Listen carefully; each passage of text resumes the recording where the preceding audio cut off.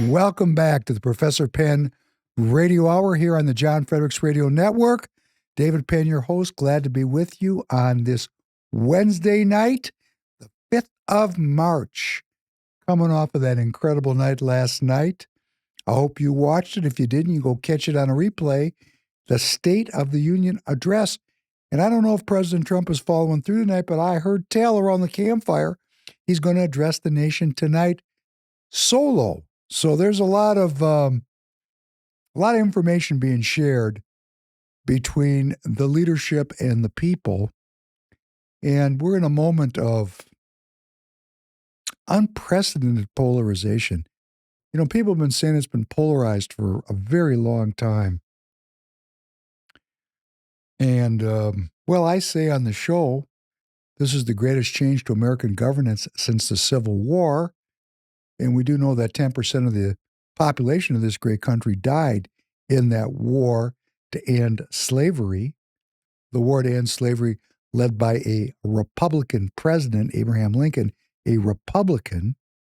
And now we have a Republican president, Donald Trump, who is ending a kind of slavery, not chattel slavery, but a kind of slavery where the people, we the people, are enslaved in an ideology, a globalist ideology that stands on democracy, climate change, and social equity, which if you think about those things just by themselves, they're very polarizing in and of themselves because not everybody believes in climate change and social equity. Even the concept of democracy could be called into question if one could unmoor themselves from the last 75 years of, shall we say, education. Well, this kind of polarization leads to some very interesting bits that one can find on X. Let's listen to a Canadian citizen from Alberta talking about how Albertans are feeling about this moment. Alberta statehood? Well, there's a group of Albertans that are working together right now to put together a delegation to go to Washington to talk to the Trump administration about Alberta petitioning for U.S. statehood. It's quite evident that we're being governed by idiots in Ottawa who don't understand that we can't afford a trade war with our largest trading partner, and rather than simply apologizing to President Trump for not meeting our NATO commitments and not adequately securing our border, apparently the Trudeau government has decided to declare a trade war and run up trillions of dollars in costs like they did during COVID on a made-up emergency. So there's a number of us in Alberta that have had enough and want to go speak with the Trump administration about the benefits of Alberta joining the United States. So that is a street corner, a Canadian citizen criticizing the Trudeau government for engaging in this tit-for-tat trade war mentality.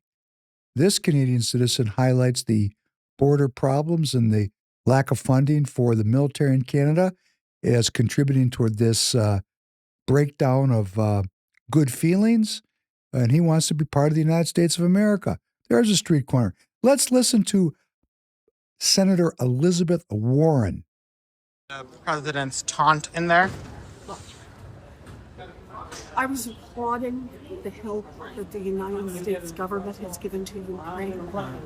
And evidently on the day that Donald Trump has stopped that assistance, he's feeling pretty sensitive on that point. He should.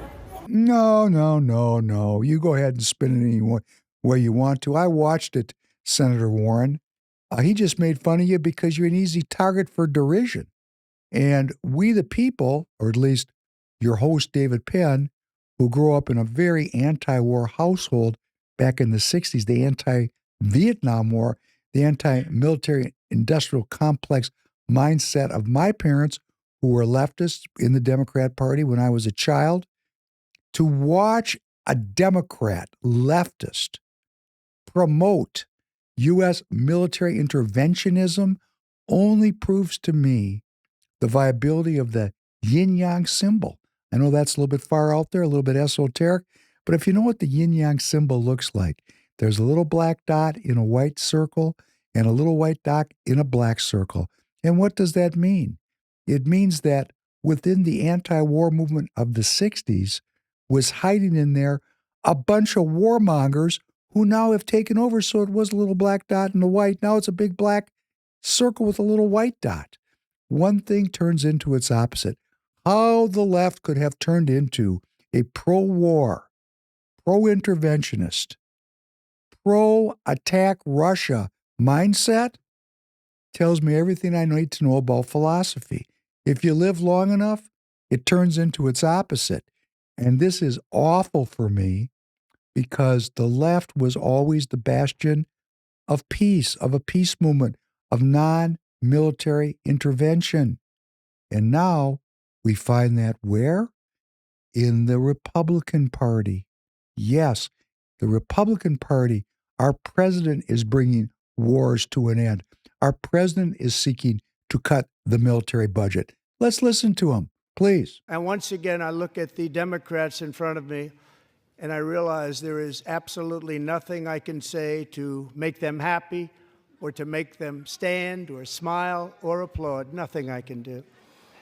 I could find a cure to the most devastating disease, a disease that would wipe out entire nations, or announce the answers to the greatest economy in history, or the stoppage of crime to the lowest levels ever recorded.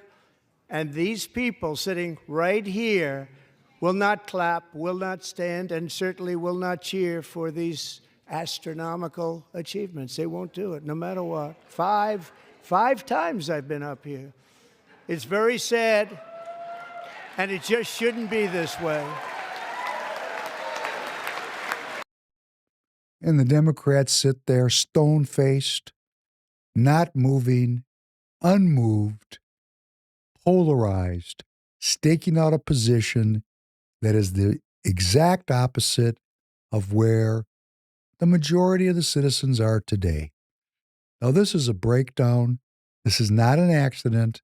This is part of the policy. And I hope that we can unite as American citizens. Yes, I do. If you're a leftist and you happen to be tuned in, don't tune out. We have to find the common ground. We have to find what makes us American. Let's just start with what gave birth to this country. And that was a philosophy, a political philosophy. It was a country that was born not of ethnicity, not of religion, but of ideas. Ideas. And what was the idea? The idea was republicanism, not the party, but the political philosophy that holds that each of us is the sovereign of our own lives, that each of us work to protect the rights of people who hold different views than we do, that people can hold different views, can be from different communities, and their rights are protected. And where do those rights come from?